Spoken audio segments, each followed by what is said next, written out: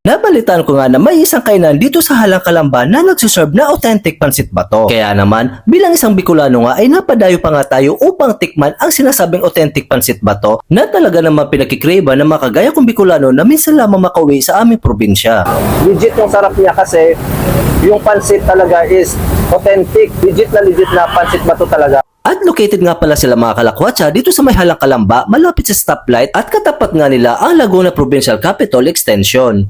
At heto na nga mga kalakwatsa, pinuntahan na natin dito sa Halang Kalamba itong kainan na nagsiserve ng authentic pansit bato. So bilang isang taga Bicol mga kalakwatsa, isa ako sa mga nagkikrave talaga pagdating sa pansit bato. Kaya naman napadayo pa ako dito sa Halang Kalamba upang tikman nga itong kanilang authentic pansit bato dito. Mas kilala yung pansit bato kasi parang iba sa pandinig nila. Oo. At ito na nga mga kalakwatsa, titikman na natin itong authentic pansit bato dito sa may Halang Kalamba.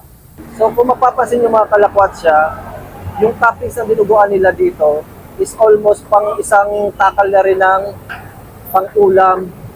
So usually mga kalakwatsa, ang mga taga Bicol talaga is inahaluan talaga nila ng dinuguan yung pansit bato. Nakadagdag din sa sarap sa pansit bato yung dinuguan kasi yung dinuguan nila dito mga kalakwatsa is malasa na rin talaga. Sarap mga kalakwatsa, promise. Legit yung sarap niya kasi yung pansit talaga is authentic. So sa mga katulad ko na taga Bicol talaga, tapos nasa malayong lugar ka talaga, di maiiwasan talaga na mag-crave ka sa pansit bato. Buti na lang may mga ganitong kainan na nagsiserve talaga ng mga legit na pansit bato. So kami dati nung high school, sinasamahan namin to ng Maruya. Masarap i-partner to sa Maruya. Worth of 50 pesos. Napakarami ng serve ng pansit bato nila dito. Tsaka mga kalakwatsa, pag o-orderin nyo to, saka lang nila lulutuin para mainit pa isi-serve nila sa inyo. Within 2 minutes lang mga kalakwatsa, luto na agad ang pansit bato na o-orderin nyo dito. So kami mga taga Bicol, hindi kami naglalagay ng kalamansi sa pansit bato.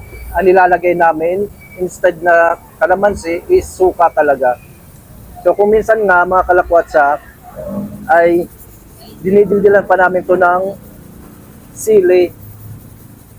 So itong kila ate dito is may halo ng sili yung kanilang suka. So timplado na yung suka nila dito.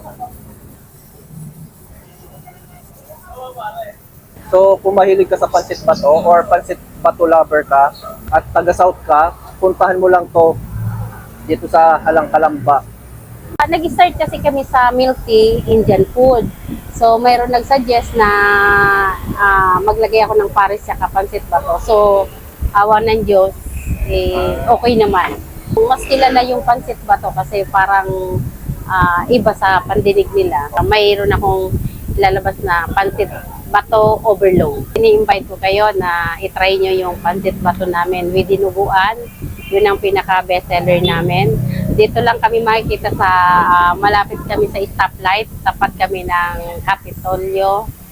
So, yun, itry nyo po at maayos at malinis ang pagsaserve namin.